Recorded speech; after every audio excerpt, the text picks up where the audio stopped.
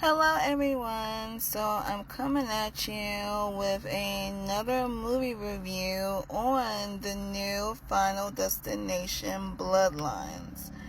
I finally got the chance to see this film, and I want to give you guys my thoughts and opinions of it.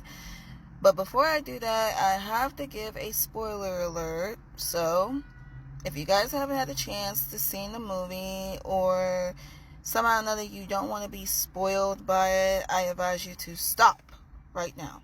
Do not go any further. But nevertheless, if you don't care, stick around. I hope you enjoy the video. Be sure to leave a like in the end, and we're going to get started.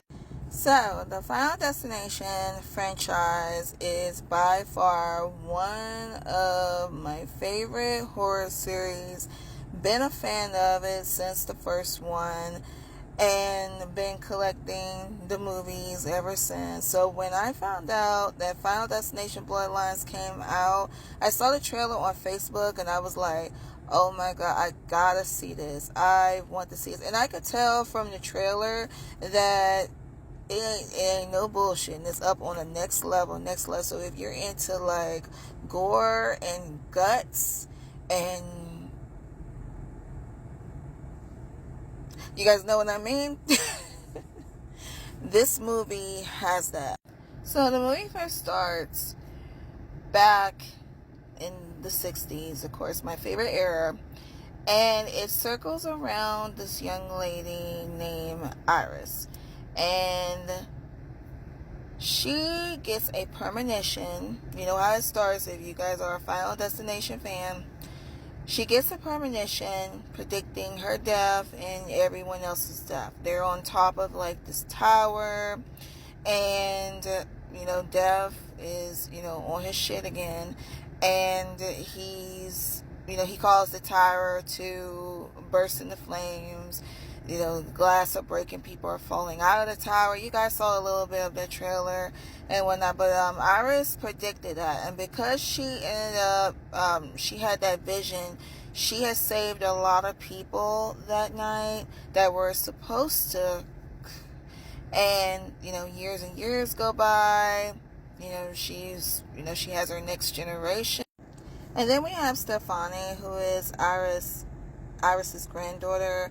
And she too starts having the same visions. Like, she was having the same visions of her grandmother, and they were more repetitive, which causes her to leave school, to go home, to tell her folks about it. I think she figured that being with the family, that was going to subside those memories, but that wasn't the case. So she comes across meeting Iris, because it states that she was unaware of her. She didn't know, she didn't talk to her. Iris stayed distant. She stayed in a cabin in the woods, basically, hiding herself from death, because she knew that the moment she were to step out of the door, then death was going to get her, which eventually it did. So, due to the fact now that Iris is dead, Death can now go through one by one, because they weren't supposed to be, they weren't supposed to exist. Now the question is, did they all manage to cheat Death? Just to be, on the side, I'm not going to share that. I'm just going to tell you guys, check out the movie. You guys see who lives. You guys see who gets the, okay? So I don't want to share that. Now, I'm going to go now to my thoughts and opinions on the movie. I feel like the movie overall itself was really good. It's no different than the other Final Destination films, other than the fact that I felt like it shared more humor. I like the sense that we get to have like a little horror, and we had a few laughs here and there by certain cast members. That I enjoy the cast. This is the cast in the background, and I enjoy the cast. They did an amazing job in this film. And I also ended up developing a crush on the dad. He was fine. He was fine. He's fine. I'm telling you. And he's fine too. And so is another part of the movie that I was kind of like, oh, I don't know if I should see it or not, was the background of this picture right here. You guys see it? Oh, I don't want to show you. Okay, but I'm going to put my face there. But either way, the good news, what I can say, is that it's a little bit of this going on, but however, it's not going to turn out like that. So if you guys feel like skimmish of this part here, like, don't worry about it. Don't worry about it. You're not going to see what I'm telling you. Like, read between the lines. You're not going to see the outcome of this. You're going to see it, but it ain't going to turn out like that, okay? I'm going to change the photo. And I also feel like the deaths are, even more gruesome. I can tell that this is the feeling, like, with death itself in that movie.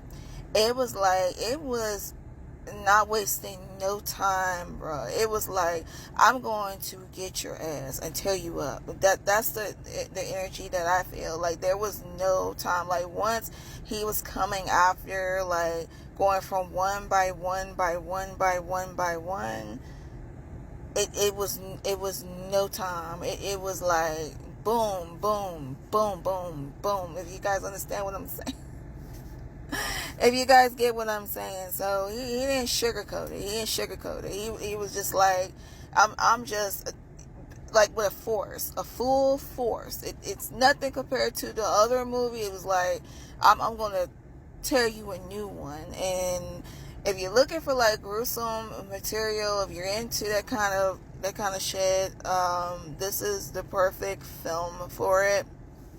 And the last thing that I wanted to mention, that I really wanted to mention, was this part here. This scene that we had with Tony Todd. Now, you guys know that Tony Todd was the Candyman of the 90s. That's how I remember him by. I had no idea that he was sick. I do remember when they said when he had passed away. But this was the last film that he was in before he passed. This video, the movie itself also mentioned the word cancer. So I felt a tug there because I'm still sensitive at that aspect, at that word, because of my father. And the character Iris had ended up developing, like her character, the older version, her ended up developing cancer.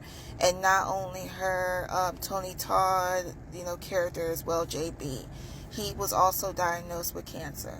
And he was in spirits, but he had, I had a chance to listen to that verse that he said when he walked out the door about, enjoy the time that you have left, and life is precious. And just seeing him, and even me even thinking about it, I'm just getting a little emotional a little bit. Like, I shed a tear. I really would shed a tear. If you guys haven't seen the movie, you will shed a tear of seeing that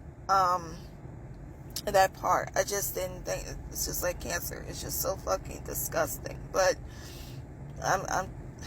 I'm sensitive about that part, okay? So that was the only tearjerker in this film. I'm glad that they had Tony Todd. I'm glad that he was in good spirits, coming back from this road one final time before his passing. And he surely will be missed. Rest in peace, Tony Todd, our Candyman.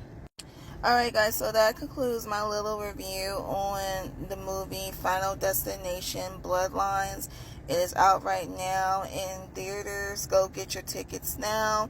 I'm going to tell you guys like one final time that if you feel a little skirmish about this film and you just want to wait to, rent it, it's on you. It's on you. I don't know how much your stomach could take, because they do have like some gruesome moments, because it's Final Destination, of course. But yeah, you guys don't waste any time. Check it out, Final Destination. I give it a 10 out of 10. Great movie. And yeah, I'm going to go, and I'll see you guys in the next movie review. Bye.